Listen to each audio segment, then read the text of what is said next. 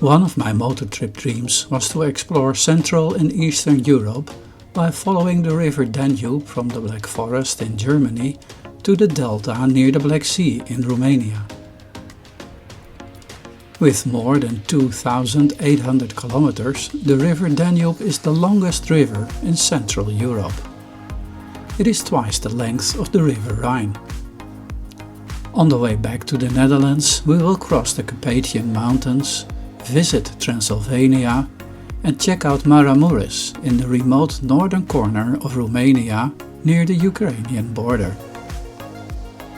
Then west again, following a more northerly route via Poland and Czechia.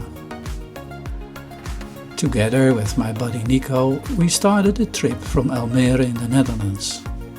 6,500 kilometers to go. We used the highway to speed out of the Netherlands.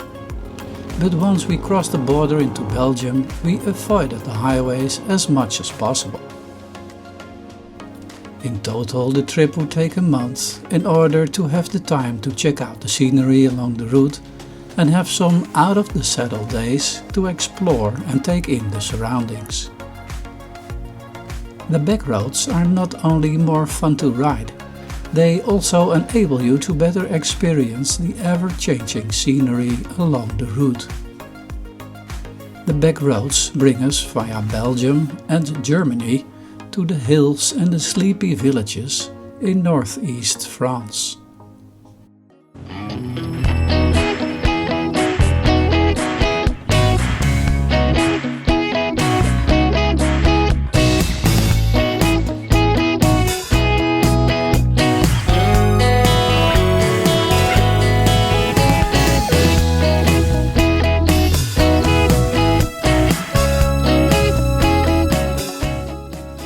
Just south of Strasbourg, we entered the Black Forest in Germany. We were looking for the source of the Danube River.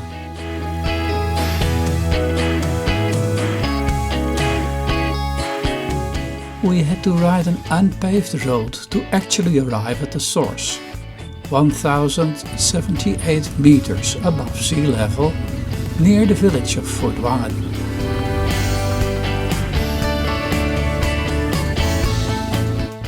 Locals here claim this creek to be the starting point of the Danube. In fact, the river Breg starts here. After 49 kilometers, it will merge with the river Brigach to form the upper stream of the Danube. Following the Breg River, we arrived in the city of Donaueschingen. Locals here claim the source of the Danube is here. Water flows after a couple of hundred meters into the river Brigach.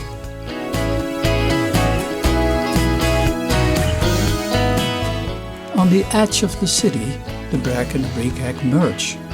From here, the river is called Danube.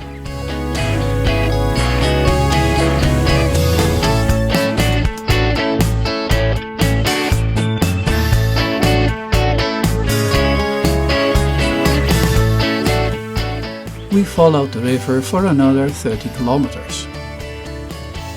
Close to the city of Immendingen, we stopped to see the Verzinkung.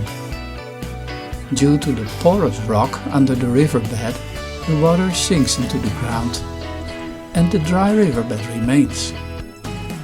If the water flow is high enough, some water makes it through, but still a major part sinks into the ground. This part travels in an underground river 30 kilometers to the south.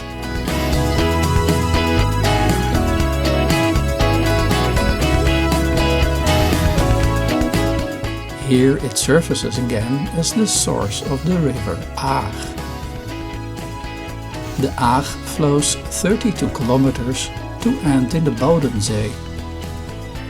This water will continue its way via the Rhine to the North Sea.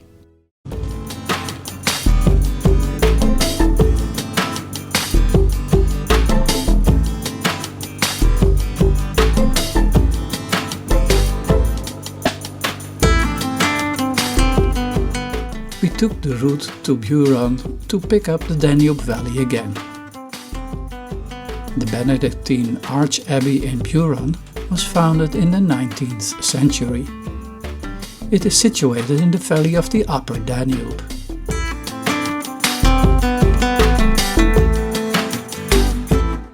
From here to the east, the valley is sheltered by vertical canyon-like rock formations. The route along the river is a motorbiker's dream. Nice bends, good tarmac and scenic surroundings.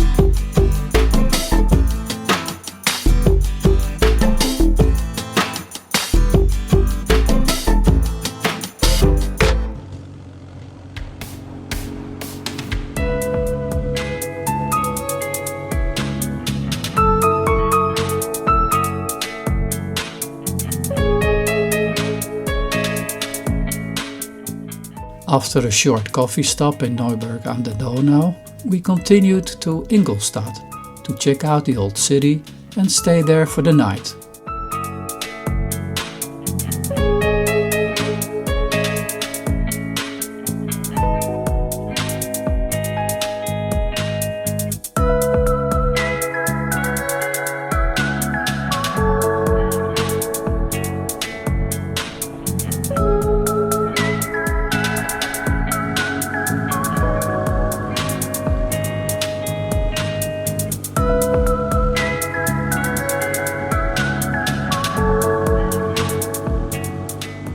Further east we stopped at the north bank of the river, opposite the Weltenburg Abbey.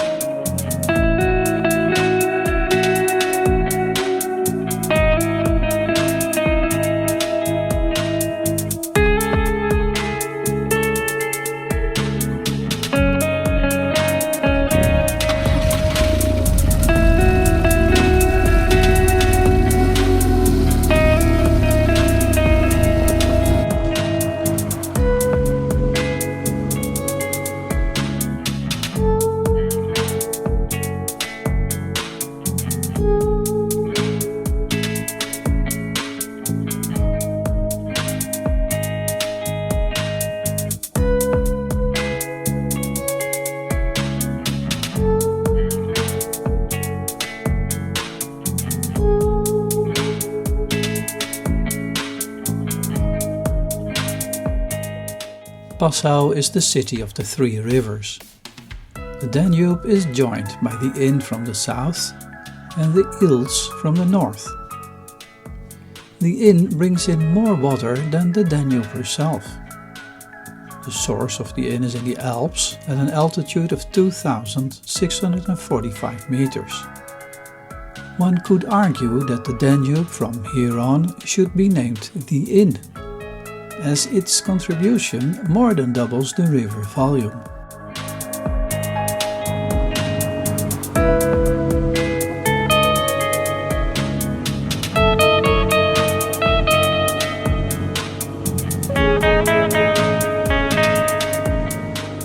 Further east we crossed the river and entered Austria.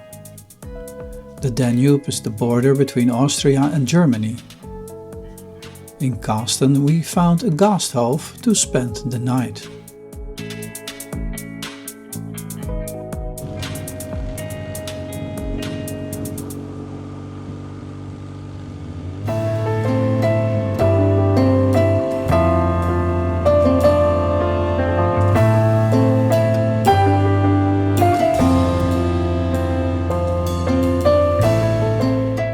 Following the Danube, we passed Linz and stopped at Grein for a cup of coffee under the Greinberg Castle.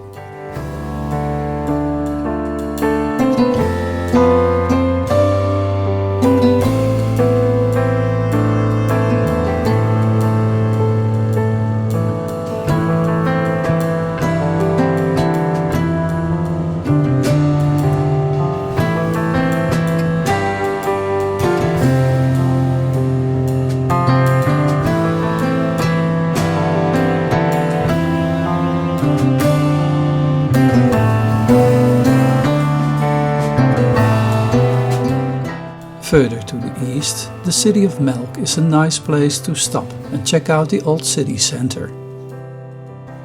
The Abbey of Melk dominates the city. The abbey you see today was built between 1772 and 1736.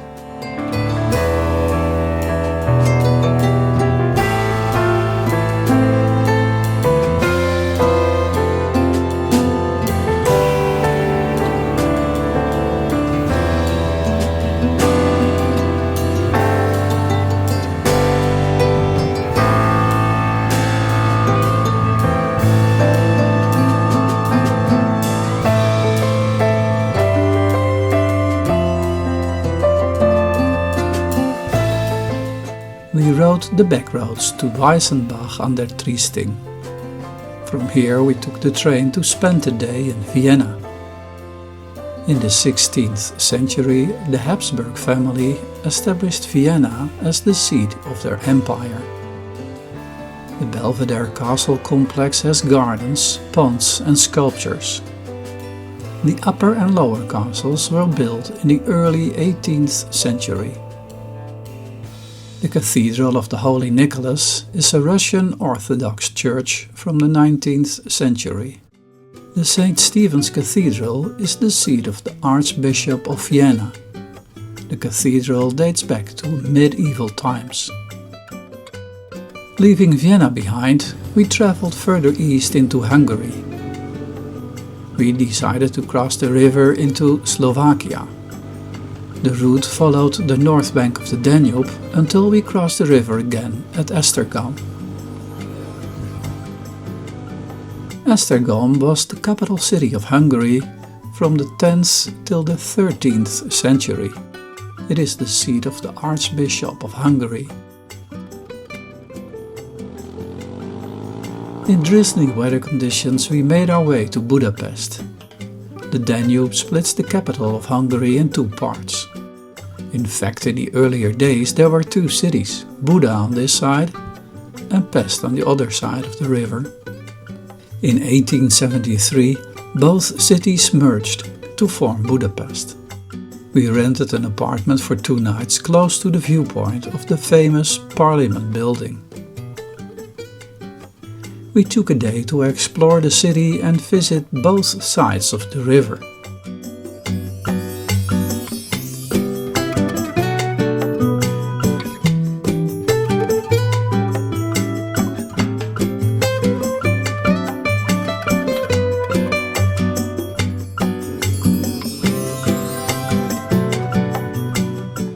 The next day we traveled the Great Hungarian Plain to the south and then turned east to enter Romania.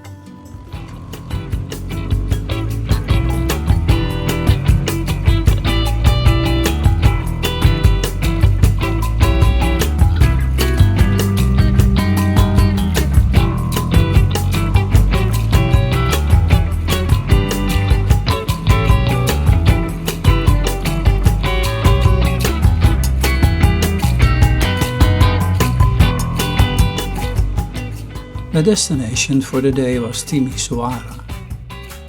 This city is nicknamed Little Vienna. Indeed, you can see the old splendor of times gone by. But when you look closely, you also see that a lot of restoration is still needed to keep the city in a good shape. After leaving Timisoara, the weather turned from drizzle to rain. When crossing the foothills of the Carpathians, the rain stopped and we entered the valley of the Danube.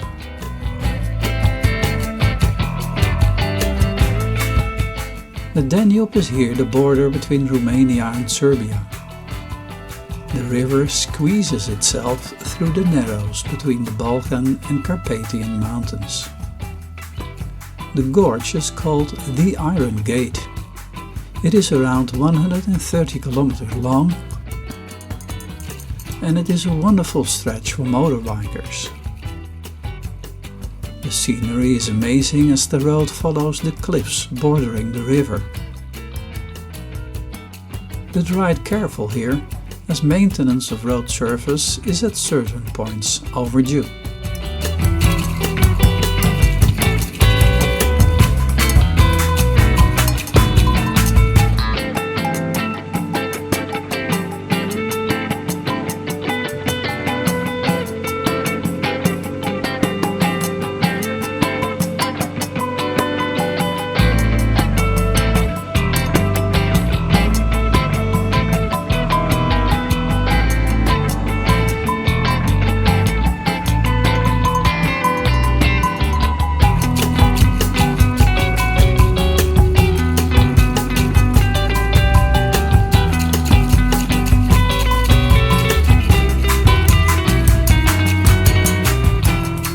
The rock sculpture was made in honor of King Decebales, the last king of Dacia.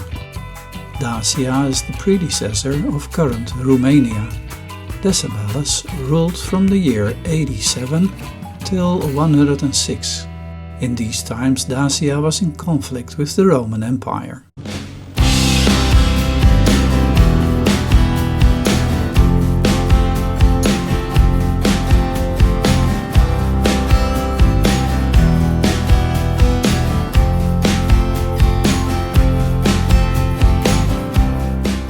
After riding the Iron Gate, we headed for Bucharest.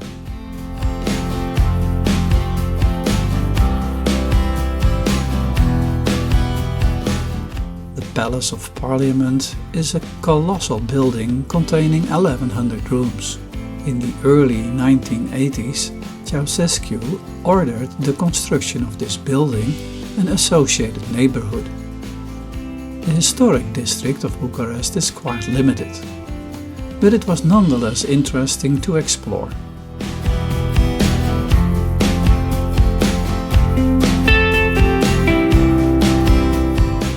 Leaving Bucharest, the sun was shining as we were heading for the Danube Delta.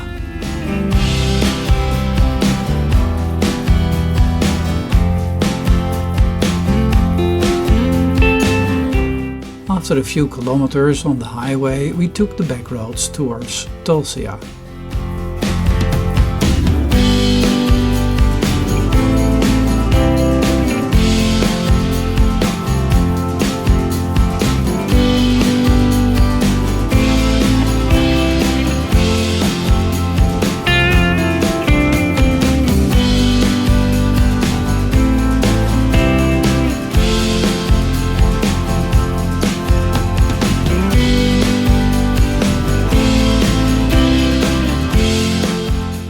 Tulcea is the gateway to the Danube Delta. It is situated on the St. George branch of the Danube.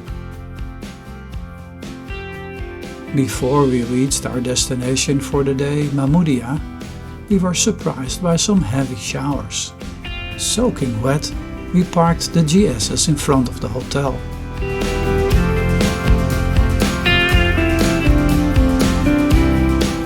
Here we were around 3,000 kilometers from home. We booked a hotel for 3 nights. Mamudia is located on the St. George arm of the Danube. There are no roads in this nature reserve. For 2 days we switched the motorbikes for a seat on a small boat. Together with a Romanian couple, we rented a boat and a local guide. That enabled us to explore the whole delta with its marshes, creeks and rivers.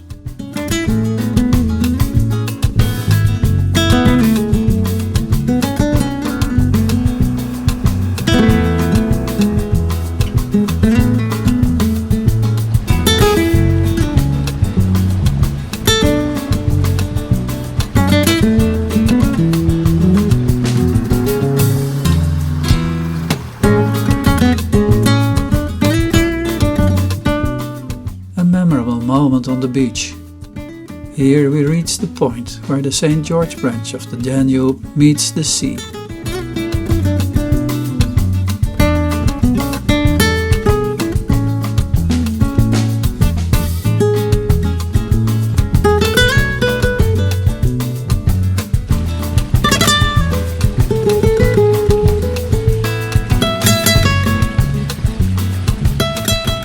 Near Letea, a remote village only reachable by boat, we rented local transportation and a guide to visit the oldest nature reserve in Romania. The forest here is quite unique compared to the swamps and the creeks we just explored. Here you find on the sandy grounds oak trees. The story is that oak wood of shipwrecks in the earlier days might have been the start for the trees we see here today. On the boat trip back to the hotel, we intensely enjoyed this bird sanctuary and this unique nature reserve in Europe. Thanks to the people that helped to protect this area and keeping it as it is. For the first time during this trip, we started traveling west. The route followed the Ukrainian border. A nice area for motorbiking with its rolling hills and curvy roads.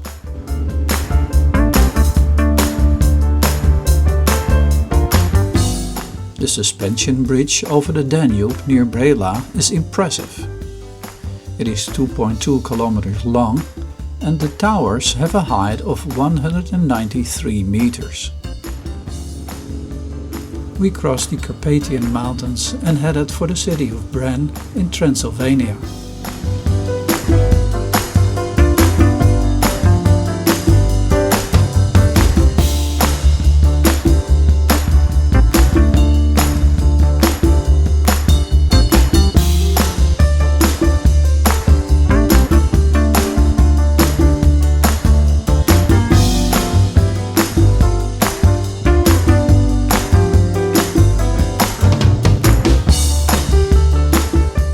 Slow traffic with horse and carriage can hamper the flow. We needed the agility of the motorbikes to avoid a heads-on with a heavy truck. Bran is well known for his castle. The myths suggest a connection between the castle and Vlad the Impaler. Historically, there is no evidence of such a connection. The vibes of the castle, together with good marketing, make this castle a tourist magnet.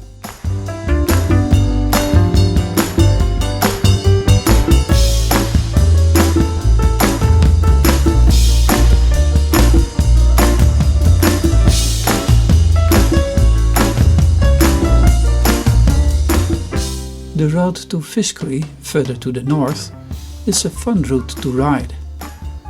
In this Transylvanian village you find the traditional houses and a fortified church that dates back to the 12th century.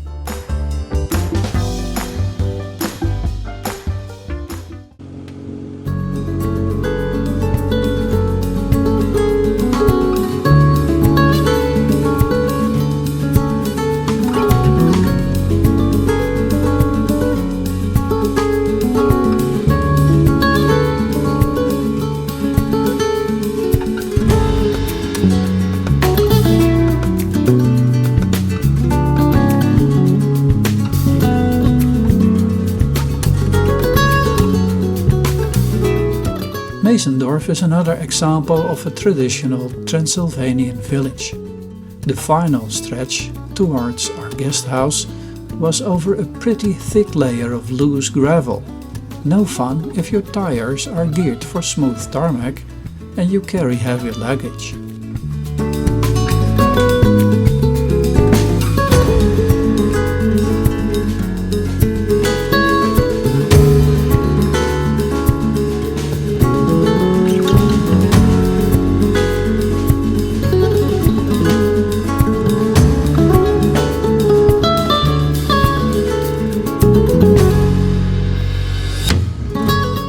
We decided to continue west and visit Beertan. The roads are smooth and the ride was scenic. When we approached Beertan, the clouds decided to let the rain go.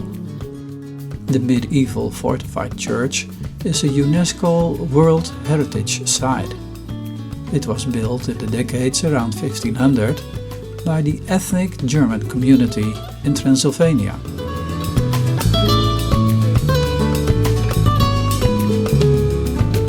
We stayed the night in Timisoara.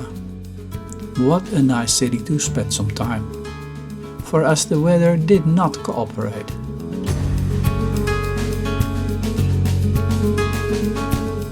The next day we jumped in our rain gear and started riding north.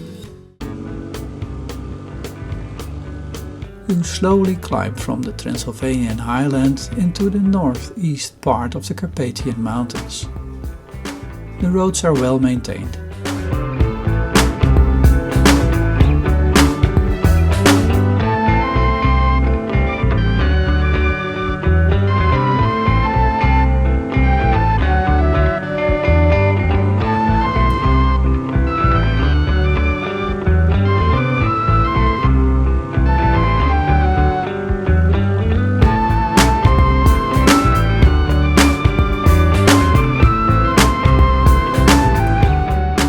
We entered the Maramures region, crossing the mountain pass at an altitude of 1,254 meters.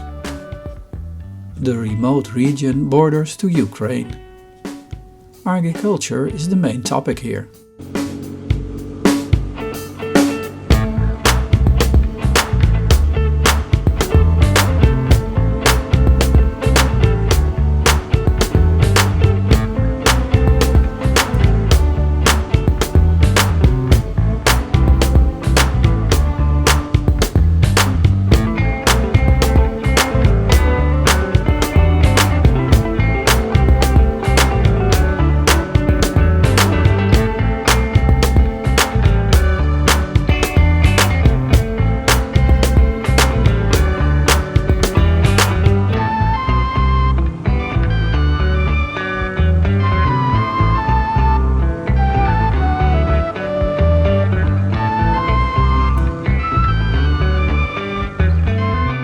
The area is well known for its typical wooden churches. The Barsana monastery is probably the Orthodox religious center of the region. The place is run by approximately 60 nuns. It is well worth a visit.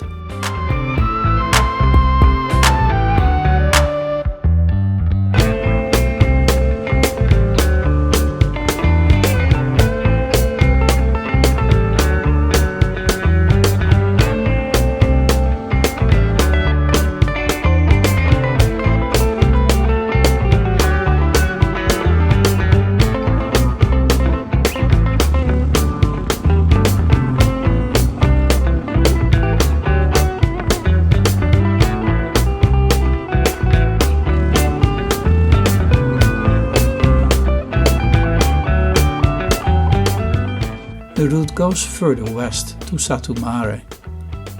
The weather improved when we crossed the border into Hungary.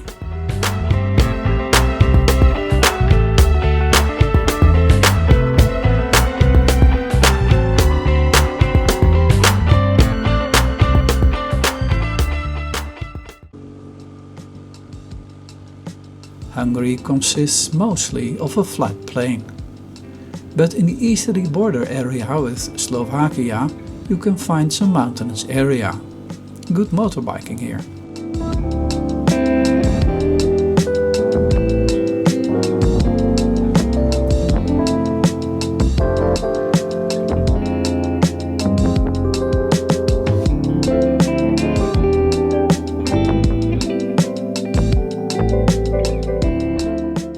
All small roads to Slovakia were blocked at the border. The barricades allowed only pedestrians to cross. But not all barricades were biker-proof. With some careful maneuvering, we succeeded to get out of Hungary and into Slovakia.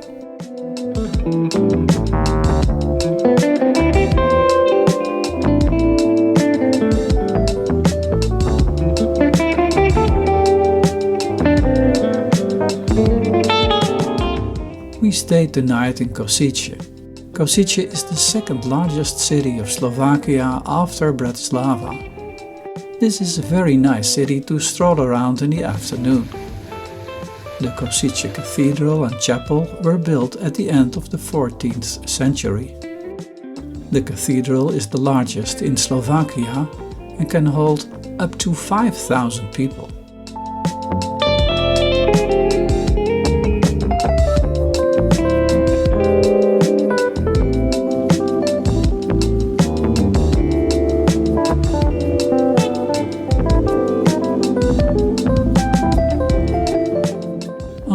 To Poland, we passed the northern Carpathian mountain range. The roads and the scenery add up to really nice motorbiking. We were heading for Krakow.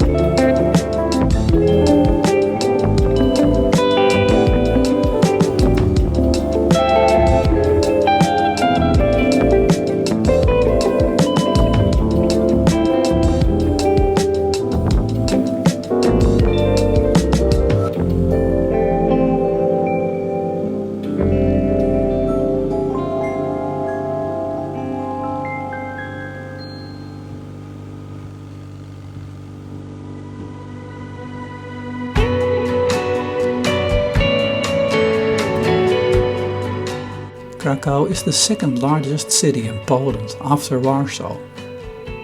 The old city is definitely worth checking out.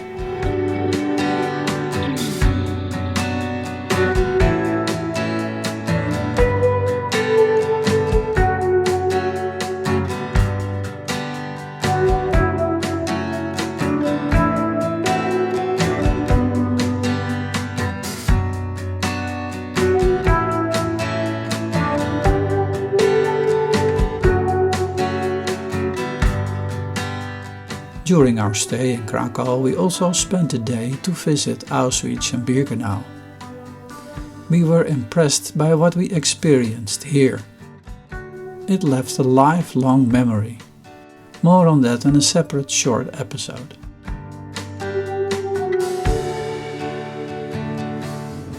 From Krakow, we rode further west.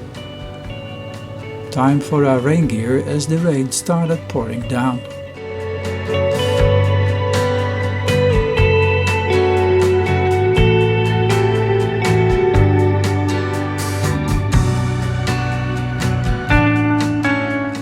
When approaching our destination for the day, Klockow, the weather improved. From Klockow we rode further west, crossing the mountains into Czechia. The weather was excellent.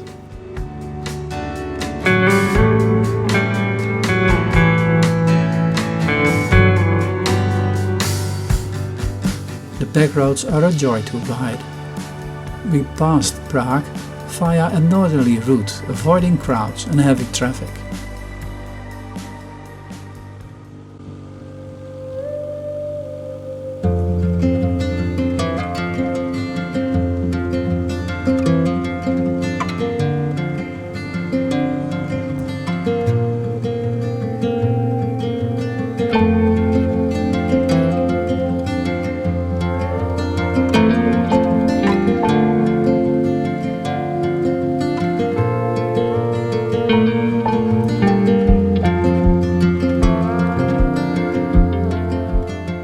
The destination for the day was Carlsbad, also known as Karlovy Vary. The thermal springs made the city a popular destination for the rich and famous in the 19th century. Step back in time and enjoy the charm and splendor of gone-by times.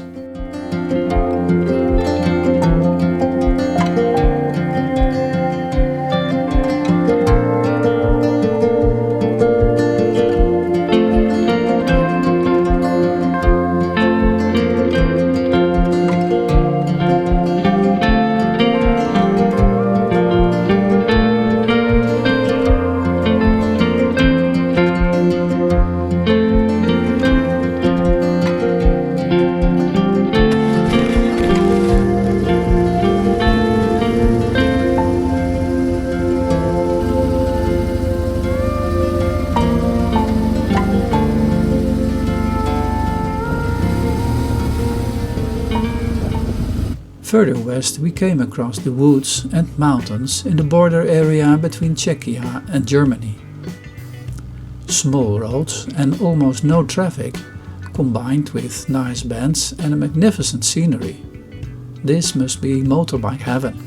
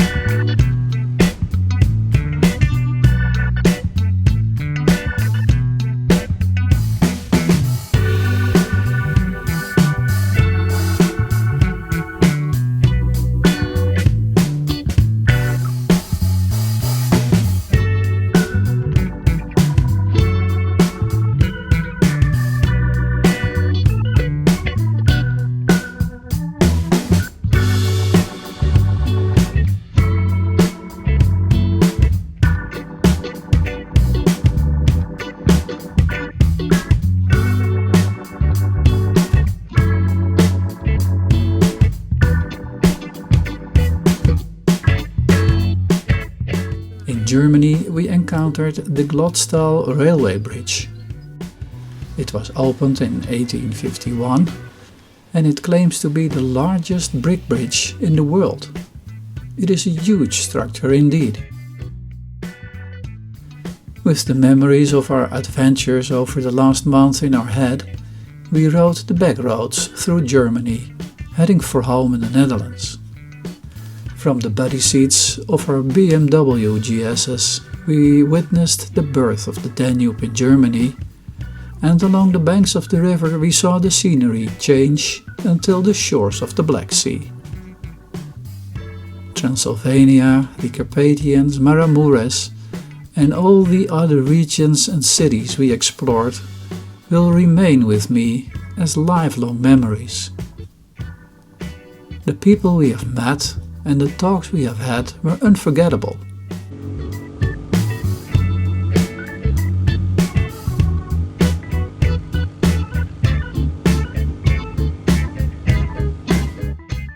Thanks for watching. If you enjoyed this video, please give it a thumbs up. More details can be seen in the separate episodes about this trip. Consider to support the channel by subscribing, not to miss more adventures in Europe.